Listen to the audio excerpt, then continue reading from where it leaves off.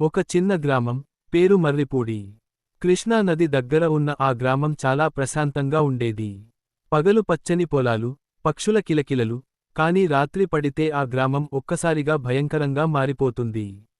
గ్రామం చివర ఒక పాడుబడిన ఇల్లు ఉండేది. అందరూ దాన్ని చీకటి ఇల్లు అని పిలిచేవారు. ఆ ఇంటి దగ్గరకు ఎవరూ వెళ్లరు, ఎందుకంటే అక్కడ జరిగిన ఒక సంఘటన గ్రామం మొత్తం గుండెల్లో భయాన్ని నింపింది. సుమారు 20 సంవత్సరాల క్రితం ఆ ఇంట్లో రామయ్య అనే రైతు తన కుటుంబంతో ఉండేవాడు.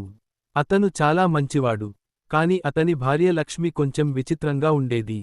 రాత్రివేళల్లో ఆమె ఒంటరిగా బయటికి వెళ్లి ఏదో మాట్లాడుకుంటూ తిరిగేది. ఒక రోజు రాత్రి పక్కింటి వాళ్లు ఆ ఇంటి నుంచి భయంకరమైన కేకలు విన్నారు. అయ్యో, నన్ను వదిలేయ్ అని లక్ష్మి గట్టిగా అరిచింది. అందరూ పరుగెత్తుకుంటూ వెళ్లారు, కాని ఆ ఇంటి తలుపు లోపల నుంచి బిగించబడి ఉంది. కేకలు ఒక్కసారిగా ఆగిపోయాయి. తలుపు బద్దలు కొట్టి లోపలికి వెళ్ళినప్పుడు రామయ్య నేలపై మృతదేహంగా పడిపోయాడు. అతని ముఖం భయంతో వంగిపోయి ఉంది, కాని లక్ష్మి మాత్రం కనిపించలేదు. ఆ రోజు నుంచి ప్రతి రాత్రి ఆ ఇంటి దగ్గరగా వెళ్లిన వాళ్లు ఒకే విషయానికి చెబుతారు. మధ్యరాత్రి 12 గంటలకు ఆ ఇంటి కిటికీలో ఒక స్త్రీ నీడ కనిపిస్తుంది. ఆమె మెల్లగా ఇలా అంటుంది, నన్ను వదిలేయ్. ఒకసారి గ్రామంలో ఉన్న యువకుడు సురేష్ ఇవి అంతా అబద్ధాలు అని చెప్పి ఆ ఇంట్లో రాత్రి గడపాలని నిర్ణయించుకున్నాడు.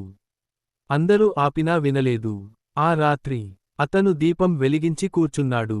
మొదట్లో ఏమీ జరగలేదు, కాని 12 గంటలు కొట్టగానే గాలి ఒక్కసారిగా చల్లబడింది. దీపం స్వయంగా ఆరిపోయింది. కిటికీ దగ్గర ఒక తెల్లని నీడ కదిలింది. సురేష్ గుండె బలంగా కొట్టుకుంది. అప్పుడు వెనుక నుంచి ఒక స్వరం వినిపించింది, ఎందుకు వచ్చావ్? అతను నెమ్మదిగా తిరిగాడు. అక్కడ ఒక స్త్రీ నిలబడి ఉంది. ముఖం పూర్తిగా రక్తంతో నిండిపోయి, కళ్ళు ఎర్రగా మెరుస్తున్నాయి. నన్ను కూడా తీసుకెళ్తావా అని ఆమె అడిగింది. అంతే, సురేష్ గట్టిగా కేక వేశాడు. మరుసటి రోజు ఉదయం అతను ఆ ఇంటి బయట అపస్మారక స్థితిలో కనిపించాడు. అతను మళ్ళీ ఎప్పుడూ మాట్లాడలేదు. ఇప్పటికీ మర్రిపూడి గ్రామంలో ఎవరూ ఆ ఇంటి దగ్గరకు రాత్రి వెళ్లరు. ఎవరైనా వెళ్తే వాళ్లు చెబుతున్న చివరి మాట ఒక్కటే, ఆమె ఇంకా అక్కడే ఉంది, భయంతో ఉన్న ముఖం.